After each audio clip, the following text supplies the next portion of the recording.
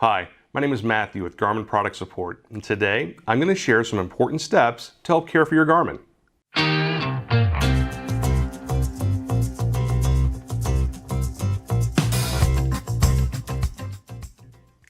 The first step in taking care of your Garmin is ensuring your Garmin maintains a proper battery charge.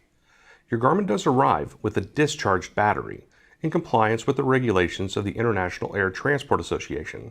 So it is important to connect your Garmin to power in your vehicle before turning it on for the first time. A lightning bolt within the battery icon will verify your Garmin is properly connected to power and receiving a charge.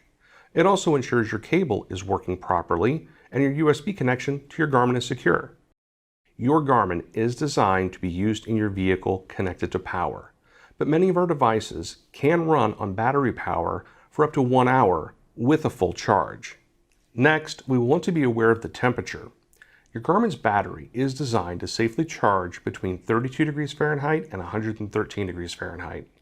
Temperature outside of this range may limit the amount of charge your battery can receive or prevent your battery from charging at all. If your Garmin isn't powering on inside of a hot vehicle, we recommend giving it some time in a cooler environment. Keep in mind, the inside of a vehicle can reach 100 degrees Fahrenheit on a 70-degree day.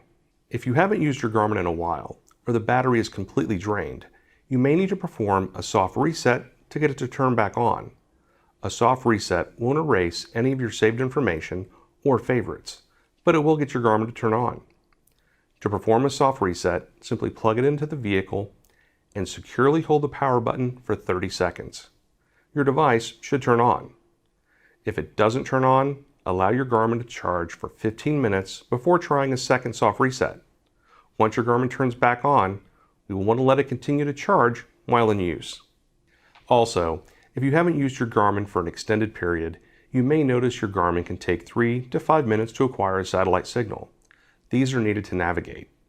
Just provide your Garmin a clear view of the sky from your vehicle and the necessary time to acquire satellite signals. Your Garmin will acquire a signal more quickly with your next use, usually within a minute or less. And that's it. For more help, please visit support.garmin.com. Thanks for watching.